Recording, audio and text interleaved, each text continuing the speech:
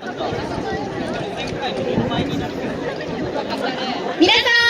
おはようございます。おはようございます。本日はようこそお越しくださいました。大変お待たせいたしました。それでは開会宣言でございます。ドリームシードプロジェクト盛岡市議会議員よさこい3佐全体統括山崎智樹が行います。はい、皆さんおはようございます。最高の天気ですので、去年のね大雨とちょっと打って変わってますんで、ちょっと気合を入れて皆さん開会宣言一緒にやりたいと思います。最後にですね、えいえいおーをみんなでやりたいと思います。よろしくお願いしますね。では第24回よさこいサンサースタートです。いきますよ。えいえいおー、よろしくお願いします。それでは参りましょう。よっちょれ構え。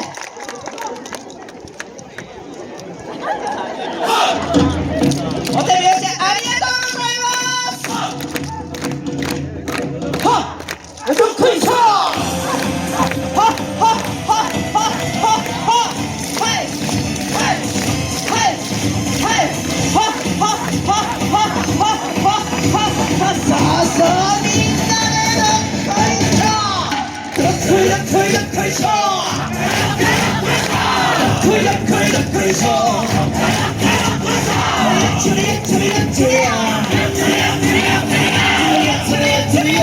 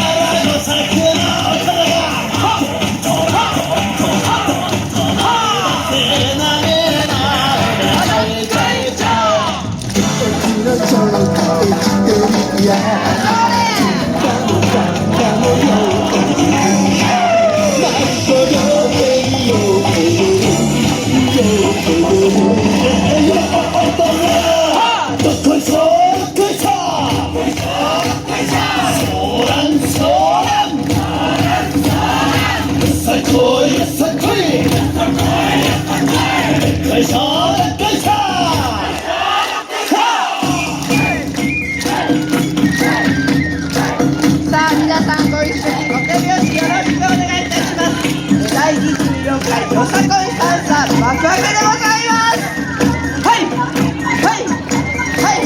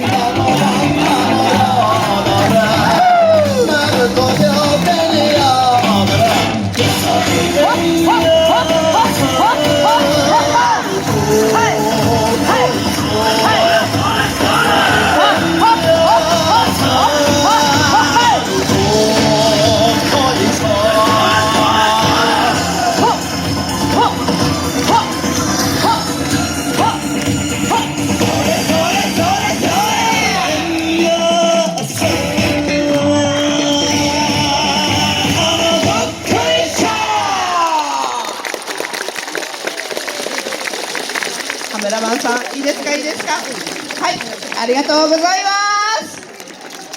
総取り4チュラでした。ありがとうございました。